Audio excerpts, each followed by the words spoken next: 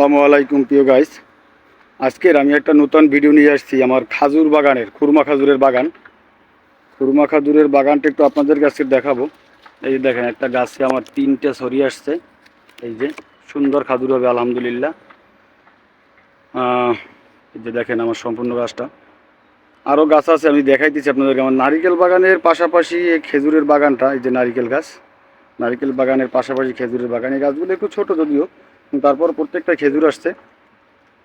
এই যে দেখেন, এই সিরিয়ালে 100-র মতো গাছ আছে আমার এই লাইনটায়। তো সব গাছ তো আর ঘুরে দেখানো সম্ভব না, ওই পাশের গাছেও আমার খেজুর আছে।